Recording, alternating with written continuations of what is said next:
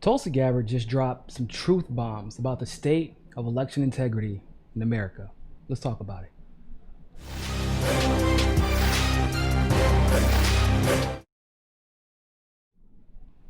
At a recent town hall event, Tulsi Gabbard was, I'm assuming, asked about election integrity in this country. And she was pretty candid in expressing her disappointment with where we're at, how there is basically no sign of fixing this system at the moment, and also, unfortunately, no sense of urgency.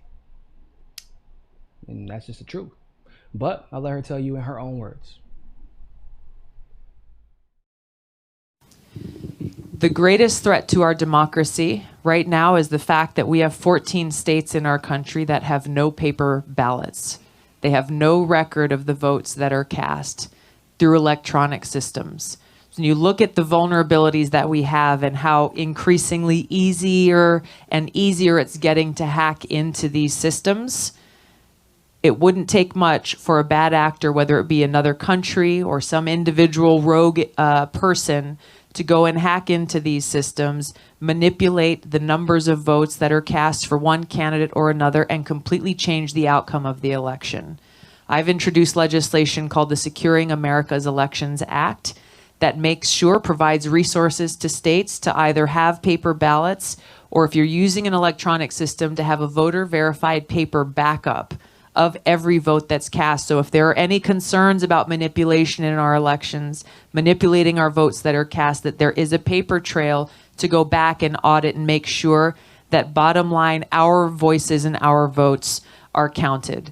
If we do not do this, and if we don't do this now, then we are at risk of people losing faith in our democracy as a whole. If we don't have faith that our votes that we go out and cast on election day are counted and heard, then people won't turn out to actually vote at all.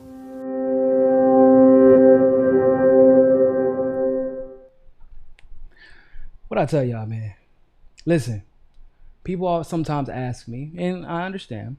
They ask me, well, Niko, why did you endorse Tulsi, and why did you endorse her so early? Why are you so confident in her? Why do you feel like we need her right now? Can't she wait? She's only 38 years old, etc., etc., etc. All very valid questions. And I got a very valid answer, all right? I want you to think of it like this, ladies and gentlemen. We're running in a Democratic primary, and I would say that we actually have some pretty damn good candidates this time between Tulsi and Bernie and Andrew Yang and even Marianne Williamson. I really liked Marianne Williamson's platform for the most part, especially her domestic policy. But I want you to think about it like this. Imagine if I walk up to your house, or you walk up to my house, and I'm like telling you all these great plans I have for my lawn. Yo, you see my lawn is green right now? Oh, bro, 2-3 months, I'm about to have some trees right there. I got some beautiful rose bushes I'm about to put right here. Like, I'm bringing some, there's this newfangled contraption that takes carbon out of the air. You could put it into your soil. I'm gonna grow my own food. Going vegan now, you know that? I'm not really going vegan. I'm just saying it for the theoretical story that is happening right now. I'm telling you all these great things I'm about to do for my lawn. And my goddamn house is on fire behind me. You get what I'm saying? In other words, we can talk about all of the pretty policies that we want to see enacted. We can talk about, you can talk about Medicare for all. You can talk about foreign policy. You can talk about UBI. You can talk about democracy dollars, another plan I like. You can talk about the Green New Deal. You can talk about the OFF Act. You can talk about A, B, C, D, E, F, and G. And guess what? None of it will matter if we do not have a secure election system. And unfortunately, the only candidate right now that we have addressing this very specific issue is Tulsi Gabbard. That's why I've endorsed her, because it seems to me that she is not scared to address the root of issues, the most prominent issues that will affect how our democracy leans one way or the other. And it's weird because it's become taboo to address key issues like election integrity, not just protecting it from election rigging from the Republicans, but protecting it from the Democrats as well, because I promise you, they have gotten just as efficient at it. Like obviously, Tulsi for getting rid of superdelegates. Fair, fair stipulations for how people make debates, making sure that individual politicians are put out there in front of the public so that the people can make an educated decision. This is not something that she started while she was running for president. This is what she gave up her position at the DNC for. This is what she fought for. Tulsi talks about her Securing America's Elections Act in this video. Not only does it do what she said, which is a voter verified paper backup, even if you did decide to use machines, but in that legislation, they talk about open source technology as well. In other words, everyone can see everything that happens in that. It is not proprietary. In other words, proprietary technology is basically private, and the only ones who can get access to those machines are those who own the machines, which are the corporations, and the DNC is running the corporations, at least as far as the elections are concerned. So her legislation requires the technology to be non-proprietary and have a voter verified paper backup and an automatic audit. Her legislation is revolutionary. It's unlike anything we've ever seen in this country, and yet, I'll be quite honest with you, for political reasons, you have not heard anyone who calls themselves a progressive discussing Tulsi Gabbard's Securing America's Elections Act. In fact, many have gone on to push the horrid copycat version of Tulsi's Securing America's Elections Act that was passed by Congress while Tulsi was here in Miami preparing for the debate. They didn't even tell her. They didn't even talk. That it was a devious plan that was specifically meant to undermine Tulsi's Securing America's Elections Act. That's what it was for. Because guess what they call it? The same thing. I think they made it Securing America's Federal Elections Act now. That's what they called it. Why? Because, well, that's how the Democrats do, right?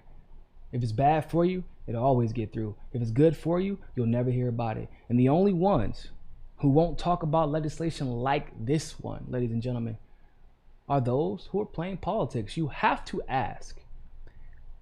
If we know, for example, if you were around in 2016, you participated in Bernie Sanders' campaign, or active in any way, you know many hundreds of thousands, if not millions, of votes were stolen in 2016. If they weren't stolen, they were suppressed. Right? Given that, and how many people have spun off a career from the progressive movement that was started in 2016 by way of Bernie Sanders' campaign, you have to ask. This legislation is now, she's introduced it twice. She introduced it again while she was running for president. People, progressives, talked about the other corrupt, it's basically a bunch of giveaways. That's what it is, basically, and making sure that it privatizes the election and security systems so that only American corporations can be invested. That's all it does.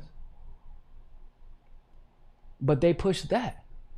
Why wouldn't you push the best election integrity legislation that we have seen on the House floor to date, ladies and gentlemen? Why wouldn't you? Why wouldn't you tweet about it? We tweet about the Green New Deal. We tweet about, Medicare for all. We got all these cool newfangled brand names that are actually just recycled names from other campaigns. But they tweeted about the nonsensical Securing America's Federal Elections Act. The copycat, they even tweeted about that. But they used to, because this is why I say you gotta ask, because when they used to tweet about the OFF Act before the presidential elections came around and everybody started looking for their next job, they used to tweet about that, right? Because the OFF Act was the best and still is the best climate change legislation ever introduced on in the history of the United States of America. 400 climate and environmental organizations have endorsed that. Nobody else has achieved anything close. So they used to talk about that. Then they stopped talking about it. Interesting. We're in the middle of an election. Supposedly, everyone and their mother are worried about Russian interference. Tulsi has a solution. Boom, right here. Right here, everybody. I got the answers. Democrats and Republicans. You worried that Republicans like, oh my God, they're gonna bust a bunch of Mexicans in and have them vote in the elections.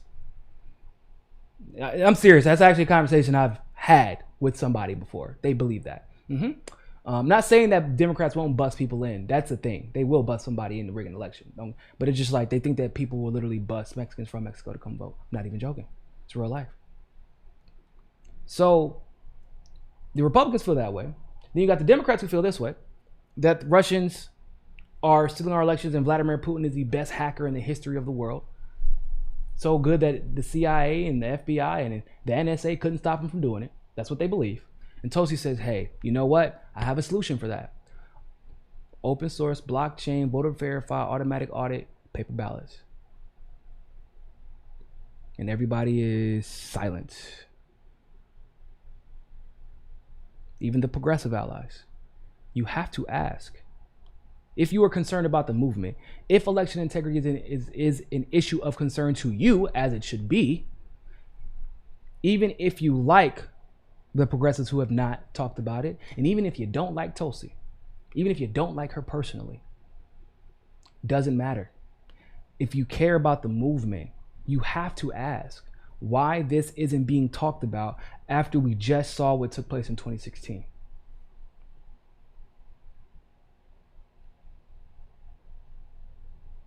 Wouldn't you all agree? Because what Tulsi says at the end of that statement, or at the end of that statement, is very, very true. She says if we don't have confidence, if the people do not have confidence in our election systems, they will stop turning out to vote. They will stop participating in democracy. And when people stop participating in democracy, that's how demagogues get elected. That's how Ronald Reagan's get elected. That's how Bill Clinton's get elected. It's true. When people are not excited, when they don't believe that their vote counts, why show up? That's how a lot of people feel. Tulsi's absolutely correct. But be honest with you though, let's be clear about something. For the Republicans and the Democrats, that's the goal. That is the goal. They don't want independents showing up. They don't want libertarians or Green Party people showing up. They want those true blues that they can count on, with those donation dollars that they can count on. That has always been their goal. Voter suppression. Why do you, if that is not your goal, why would you be removing people from the registrations? Why are dropping people from the rolls? Why would you be switching their registration so that they can't vote in a closed primary process? Why would Republicans be closing down DMVs and then making it mandated that they have certain ID cards, very specific ID cards? Because they don't want people to vote. So if you are on the team of populists like myself, then once again, you have to ask yourself, if you have any amount of integrity, why has no one been speaking about the Securing America's Elections Act, the best election integrity legislation on the floor right now? The best election integrity legislation that we have had in ever. Why aren't they speaking up about it? And once again, the obvious answer is they're busy playing politics. They're busy trying to hop over each other. Everybody's star-eyed and wide-eyed and thinking about, man, that Oval Office look pretty good right now. I mean, if Trump can get in, shit, I know I can get in. You see all these Twitter followers I got? It's too easy. I could do this, right? I just got to say a bunch of obvious statements and have people cheer me on. Like, hey, everybody, the Democrats, we're not even a leftist party. Yay. Oh, it's so amazing. It's so revolutionary. Yes, not like Bernie and Tulsi and Nina and Bree and like everybody has been saying that forever. But here we are. People making obvious statements. People, getting television time and boosting their brand. You can see it. Not saying these people are not allies, because they are. But you can't ignore what we can't ignore, or at least what you shouldn't ignore. That's how I feel. It's like with Elizabeth Warren. I was very clear. I said, why would people pretend that Elizabeth Warren is not who she is, right? But then we answered that question on this very show when we figured out, when we did the math. Hold on. Actually, now that I think about it, the people who were with Bernie Sanders in 2016, when there was everything to lose and nothing to gain, they got it right about Elizabeth Warren. Nina Turner, Bree, me, V, Pasta. There from the beginning. Put in work, put in blood, sweat, tears, money, effort, labor on the ground. They could see through Elizabeth Warren immediately. But all those, the ladder climbers, if you will, once again, they're not necessarily nefarious, but they're still trying to climb that ladder.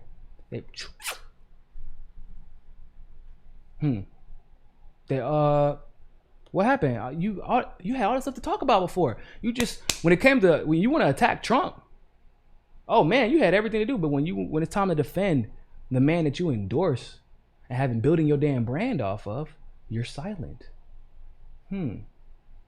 Why would that be? Because you're very concerned about the outcome of your career and you're ambitious, which is fine, but your ambition should not come ahead of the movement. It should not come ahead of the movement. At no point. I understand slip-ups. Everybody has them. But at the end of the day, bro, you got to keep it real. When you have legislation like the Secure American Elections Act, like the OFF Act, like Tulsi's Fairness in Media Act, like she introduced. I mean, bro, the amount of legislation that Tulsi's introduced just during this election cycle alone is almost impossible to keep up with, let alone in the last 3 years. And those progressives, when they didn't think she was running for president, they loved it. When they thought that they could piggyback off the Bernie movement exclusively and not have to make a principled choice, but rather the easy one, they loved it.